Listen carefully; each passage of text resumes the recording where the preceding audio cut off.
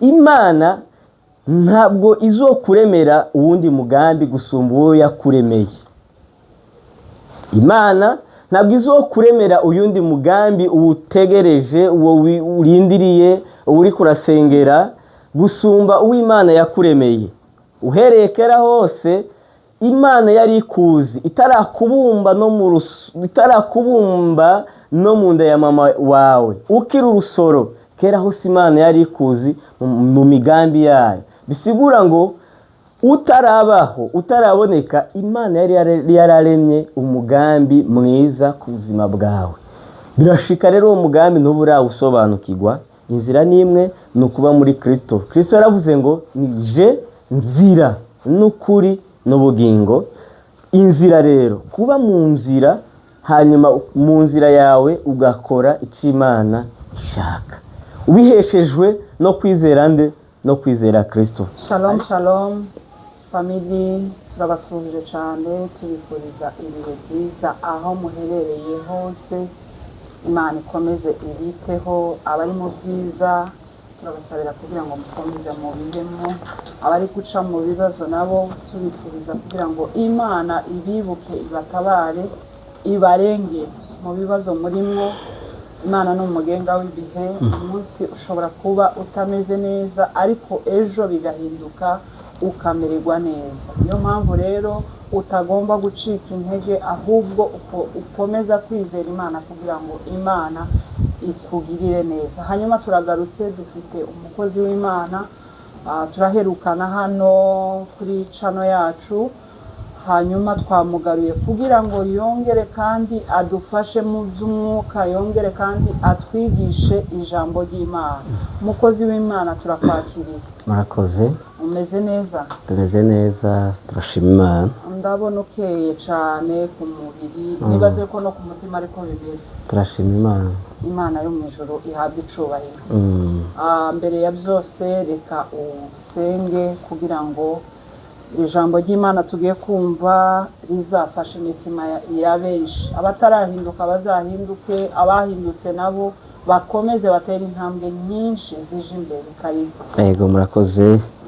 Mbere ko dusenga, reka sengane na mwebwe mwese, ko umuntu wese agiye kumva agira ico yakira. Mwami Yesu Kristo, Mana ugira neza, twongeye kugushimira cyane kuba uduhaye uburyo, ukaduha n'umwanya wo kuba imbere yawe.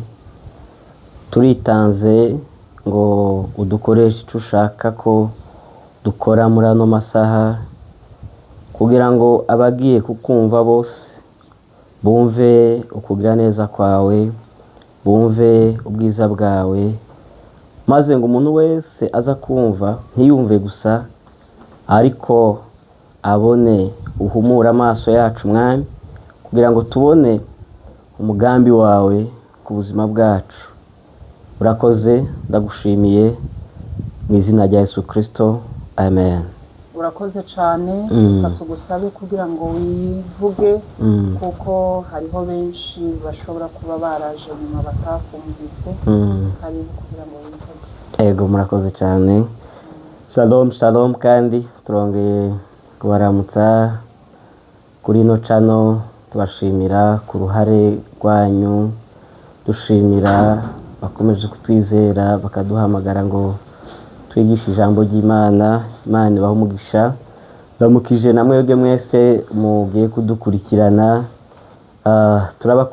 Turabakunda. Imana yo mu ijuru ikomeze kubagirira neza. Amazina yanje nitwa Ndayikengurutse Joseph, ariko bakunze kunyitwa Jeff, ntaco bitwaye. Ndi umwana w'Imana, narakijishwe. Imana ibahe umugisha cyane. Urakoze cyane, Imana ikuduhera umugisha nawe. Amen. Hanyuma uyu munsi dufite topic ivuga ngo guhumuka, cyangwa se kugira amaso y'umwuka abona. Yego. Rero uhawe kaze kugira ngo utuje imbere, utwigishe, tubashe kumenya guhumuka niki, kugira amaso y'umwuka niki. Karibu cyane. Murakoze cyane.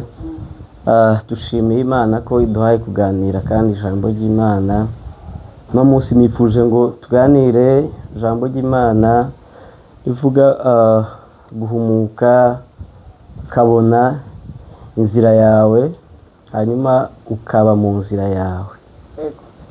Yesu ashime cyane. Guhumuka, ukabona inzira yawe, hanyuma wabona inzira yawe, ntihube kuyibona gusa, ariko ube mu nzira yawe by'ukuri. Ijambo ry'Imana riravuga ngo kuko nzi ibyumviro ndabiyumvira ko atari iby'ibyago, ariko ari imigambi y'amahoro, kugira ngo mbarememwo ibyizigiro bya kazoza. Niko ijambo ry'Imana rivuga. Umuntu wese ariko aradukurikirana kugira ndakubwire ngo Imana igufitiye umugambi mwiza, ariko birashika uwo mugambi ukaba utarawubona. Sinzi imyaka umaze, ashobora kuba ari mike canke ari myinshi ku rugezo ugeza ko kubona, ariko ijambo ry'Imana kandi riravuga ngo umunsi umwe ku Mana ungana n'imyaka 1000, kandi n'imyaka 1000 ingana n'umunsi umwe imbere y'Imana. Biravuga iki? Ku minsi umaze ushobora kuba utari bwatahure, ariko umunsi umwe gusa canke isaha imwe wo kumva ijambo ry'Imana rikaguhindura, rigahindura iby'imyaka myinshi umaze ataco byakuzaniye, ariko rikongera rikaguhindurira iyindi myaka myinshi iri imbere yawe ku buzima bwawe. Murankunda kubivuga, ijambo rimwe ry'Imana rirahagije kugutunga ku buzima bwawe gusumba amajambo menshi y'abantu.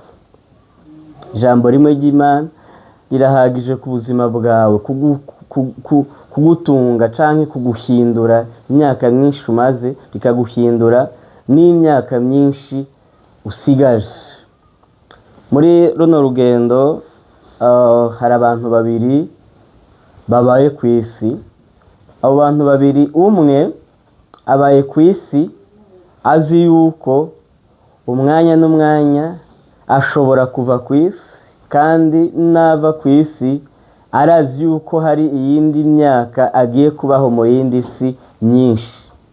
Hakaba n'uwundi muntu ari kuri ino si imaze kw'imyaka, kenshi ntiyita no ku myaka amaze kuri ino si, kandi ntazi nuko ino si ashobora kuzoyivako, kandi ntazi n'igihe azoyivako, ko azobandanya kubaho ubuzima atazi. Abo bantu babiri rero, umwe yariteguye arazi yuko inyuma y'ubu buzima azobaho imyaka myinshi kandi abayeho neza.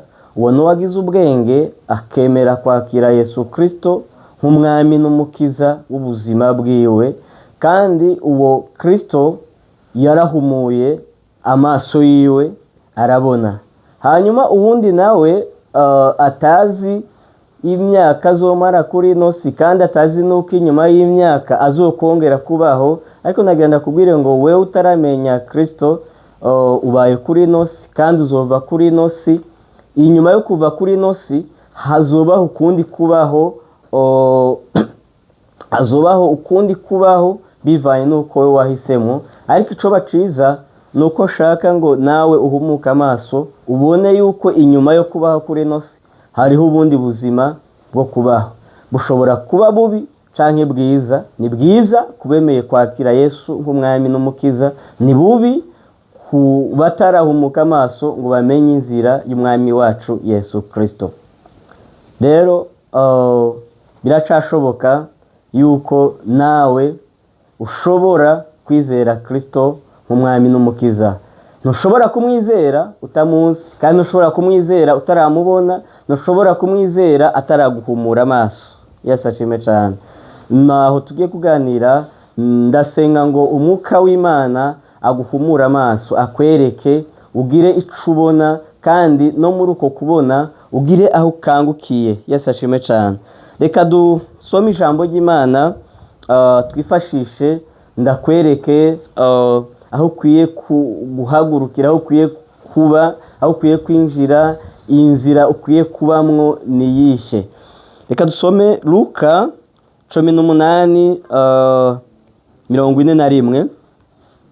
Ndakunda no majambo Yesu yavuze, yabwiye impumyi arayibwira ngo aturagomba ko ngukorera iki?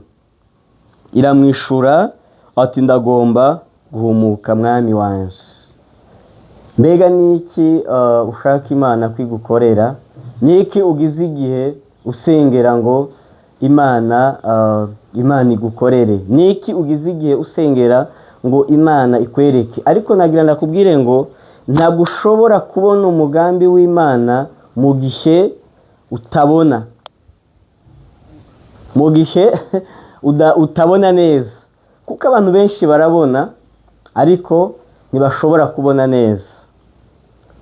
Ushobora kubona ikintu kiri kure yawe, rimwe na rimwe ukakibona ukacitiranya. Niko bimeze ku buzima bwawe. Imana c'est vrai idufitiye imigambi myiza, ariko uwo mugambi hari igihe uwubona uri kure yawe, rimwe na rimwe ntuwubone neza, bikakugora kumenya nuko ukwiye kuwukora kubera ko utabona neza. Bwana siwe sana. Dusomye kuri 35 aha nyene muri Luka 18, Yesu ahumura impumyi. Ageze hafi y'Yeriko, hari impumyi yicaye iruhande y'inzira isegerereza. Hari impumyi yicaye iruhande y'inzira isegerereza. Mwumve ngo ndashaka tuganire kubona inzira yawe, hama umaze kubona inzira yawe ukaja muri iyo nzira, kuko ariho Imana igushaka, kuko ariho Imana ikurondera. Imana ntabwo ikeneye ko uba iruhande y'inzira, Imana ntabwo ikeneye yuko uba iruhande y'ibintu, ahubwo Imana irakeneye yuko uba mu nzira yawe nayo.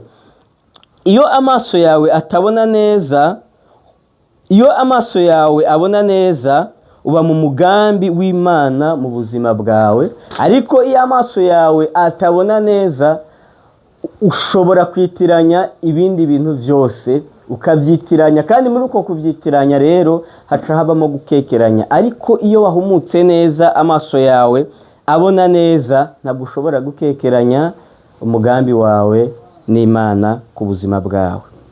Ageze hafi y'Yeriko, hari impumyi yicaye iruhande y'inzira isegerereza. Ni kubera iki yasegerereza? Impamvu yasegerereza ni uko yari yicaye iruhande y'inzira. Kristo icyo ashaka ni uko tuba muri we.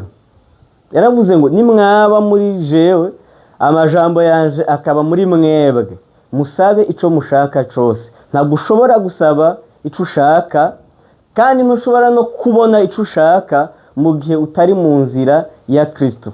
Ntushobora no kubona icyo ushaka mu gihe utari muri Kristo. Ariko iyo uri muri Kristo, ubona ibyo ushaka nk'uko ashaka. Umuntu ashobora kureba ariko ntabone neza. Umuntu arashobora kureba ariko ntabone neza. Kubera iki? Amaso yiwe harimo ikintu kibuzemo. Ijambo ry'Imana riravuga ngo abarongorwa na mpwemu w'Imana, abo nibo bana b'Imana. Harabuzemwo ikimurongora, harabuzemo ikimuyobora kugira ngo ashobore kubona neza by'ukuri umugambi wiwe ku buzima bwiwe. Rero iyi mpumyi nibajije ikibazo, ndibaza ati kubera iki iticaye mu nzira? Ariko ntibishoboka yuko ishobora kwicara mu nzira. Iyo irashobora kuba yari yumva yuko iri mu nzira, ariko dusomye yuko yari iruhande y'inzira isegerereza. Impamvu yasegerereza si uko itari ifitiwe umugambi mwiza, ahubwo ntiyabona umugambi mwiza. Si uko hatariho umugambi mwiza ku buzima bwawe, ahubwo ni uko utabona uwo mugambi. Mbega iyo uvuze ngo iyi migambi Imana ifise ko, niki uba ushatse kuvuga? Muri wowe uba ushatse kuvuga iki? Birashika kenshi kukaba ari ukwiremesha, ariko uwo mugambi ntube uwubona. Ariko iyo wemeye Kristo akaguhumura amaso, ubona umugambi wawe ku buzima bwawe. Pawulo yaravuze ngo ndagwana simpusha. ndagwana simpusha. Nawe rero hariho byinshi kenshi usanga wahushije kubera ko amaso yawe atabona neza. Yesu ashime cyane. Iyo mpumyi yarasegerereza kubera iki? Ntiyabona neza, ntiyabona aho ishobora kuja neza, ariko yarumva mugabo ntibone ibiriko biraba. Kuri 35 yumvise ishengero rihita, irabaza ivyo ari vyo. Yumvise abantu bahita bagenda, irabaza ngo mbega habaye iki? Irabaza ngo habaye iki? Kubera iki? Iyo ntiyabona, yari ifite ikibazo cyo kutabona. Iyo utabona neza umugambi w'Imana ku buzima bwawe, uhora uri wo kubaza ngo mbega nibiki? Uhora uri wo kubaza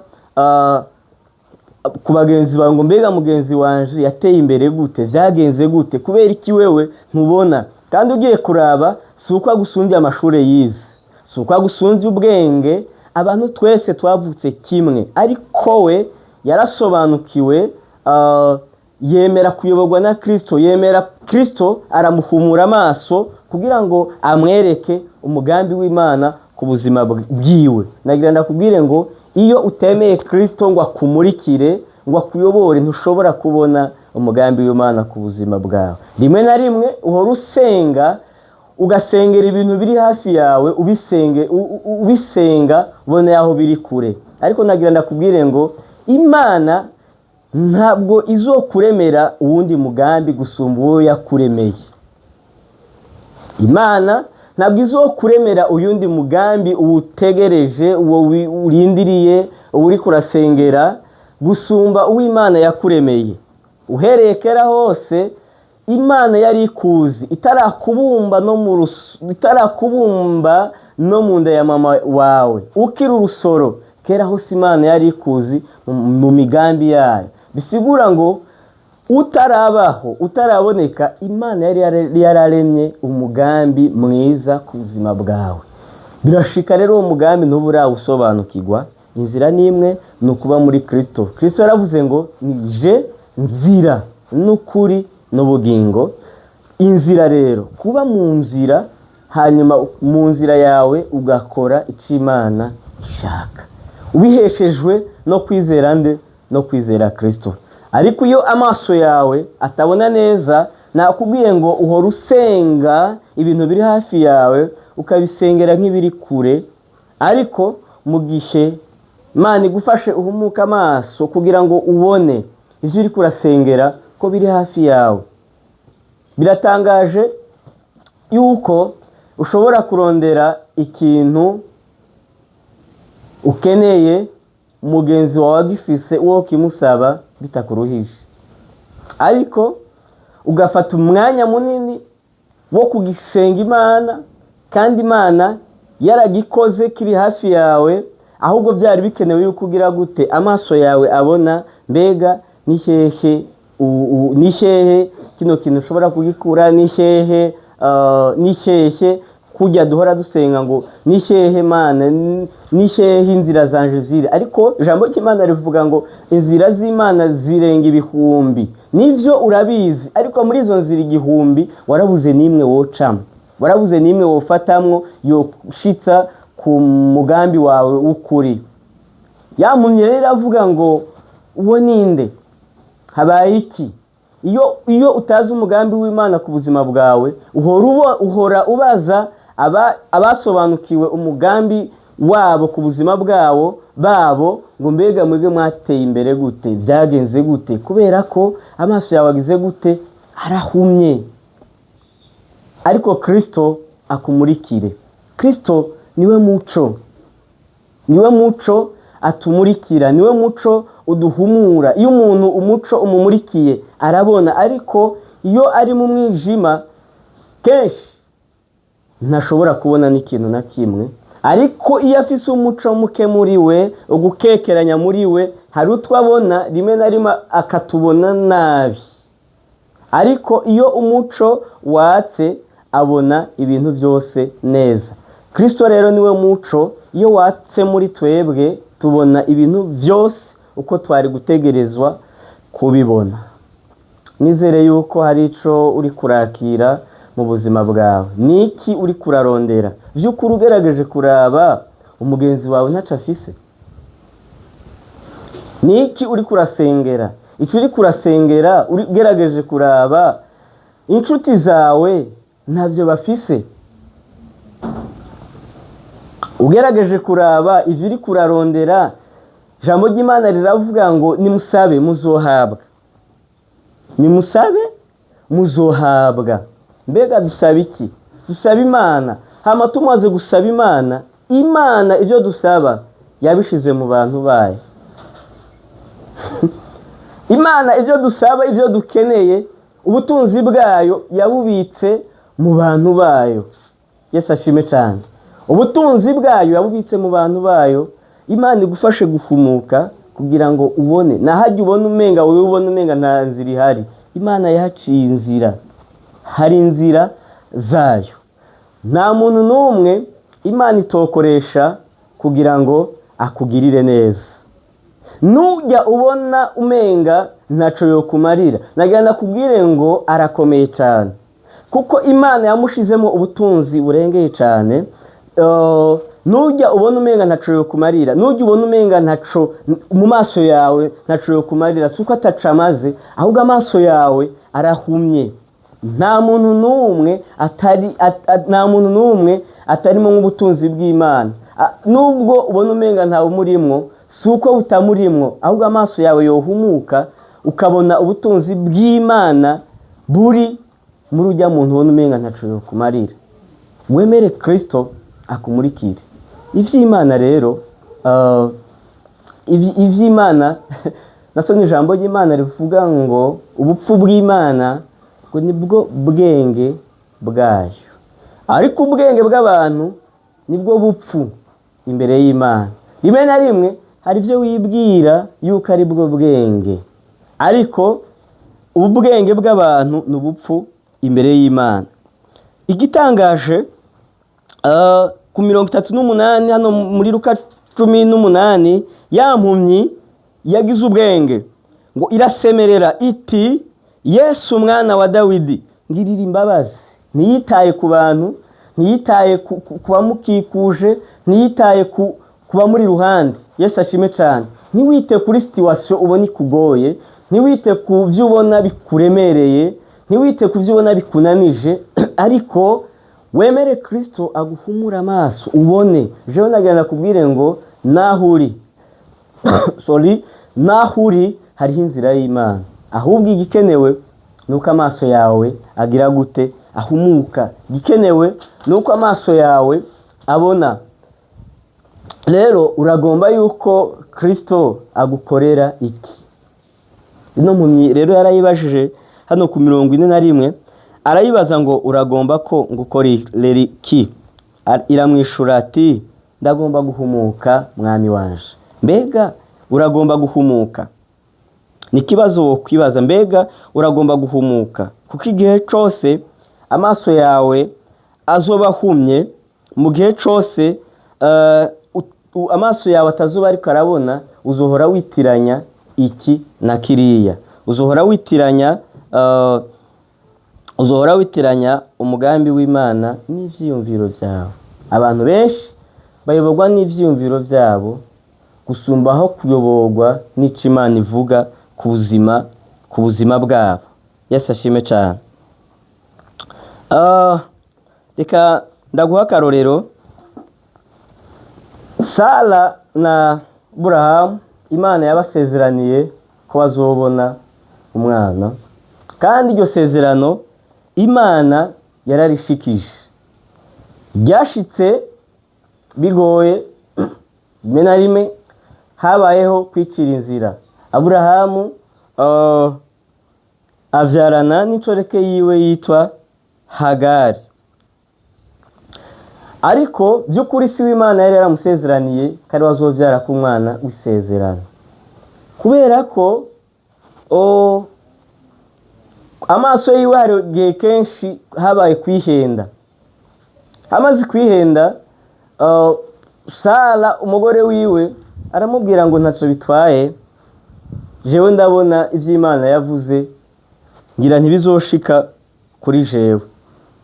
niko yibaza. Aramubwira ngo genda ujyamane n'inshoreke yawe Hagari. Cyo gihe babyaranye umwana w'umuhungu yitwa Ishimayeli. Imana iramubwira ngo ubwo sigo ruvyaro rw'isezerano. Yesu ashime cyane. Ubwo sigo ruvyaro rw'isezerano. Aburahamu wa muhungu arakura, Ishimayeli arakura.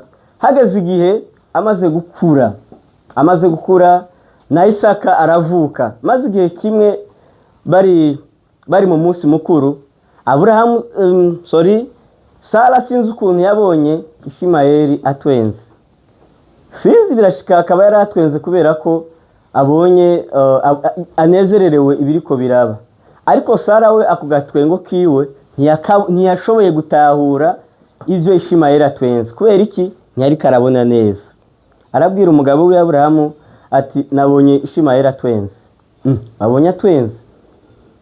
Iwe hajemo ikintu aravuga ngo birukane na mama wiwe bave ngaha. Yesu ashime cyane. Kubera iki? Twokwibaza ni kubera iki yavuze ngo namwirukane. Kubera iki yavuze ngo namwirukane kandi wamenga yaratwenze bisanzwe. Maze Aburahamu arabirukana, atekerera inshoreke yiwe Hagari, abaha amazi, aba nimwashika mu nzira muzonwa amazi. Ico shatse kuvuga muri ubwo rugendo bamaze kugenda, ivyo yari yabatekereye, amazi yari yabatekereye aramuherana. Ahera bageze mu butayu, ahantu atamazi yari ahari by'ukuri. Hagari aravuga ngo umwana wanje inyota iramwica. Bari bageze ahantu babona nta nzira, nta mazi boronka, nta cyo kunywa boronka. Ariko ndashaka wumve rino jambo, Itanguriro 21:18-19. Imana ihumura amaso yiwe. Imana yahumuye amaso yande ya Hagari. Imana ihumura amaso yiwe, abona iriba ry'amazi. Aho ni hehe? Mu butayu. Mu byo tuzi, mu butayu nta mazi ahari. Mu bwenge bwacu mu butayu nta mazi ahari. Ariko mwumva ikintu Imana yakoze, yahumuye amaso Hagari. Iramubwira ngo ahumura amaso yiwe, abona iriba ry'amazi. Aho ni hehe? Mu butayu. Nagira ndakubwire ngo nahuri hari inyishu yawe ku buzima bwawe. No muri ico gihugu urimwo hari inyishu yawe ku buzima bwawe. No muri iyo quartier urimwo hari inyishu yawe ku buzima bwawe. Ico bigusaba no gusaba Imana ikagira gute? Ikaguhumura amaso. Reka gusenga Imana ikubwira ngo ikuzanire umugambi, ahubwo senga rino sengesho ngira ndakurangire. Senga Imana ikubwira iguhumura amaso. Usenga Imana ikubwira ati Mana humura amaso yanje, ndashaka kubona inzira ncamo. Yesu ashime cyane. Uzi ko abantu babiri bashobora kuba bariko baragenda bari mu kibazo, umwe akagira ubwoba bwinshi mu mutima bwo kutabona aho ico kibazo kizosubirizwa, kizokwishurirwa. Ariko ubundi akagenda afise confidence, akagenda afise ibyishimo, akavuga ati mbega Mana ndabona inzira ni hehe. Mana ndiko ndaguhanza amaso, ndiko ndakuraba. Ni hehe iki kibazo giye gukemukira? Ni hehe ugiye kunyishurira? Ariko uwundi ari mu maganya, reka aravuga ngo ndagowe, ndarushe, ndananiwe. Kubera iki? Iwe amaso yiwe ntari karabona neza. Maze Imana ihumura amaso Hagari, abona iriba mu butayu. Yesu ashime cyane.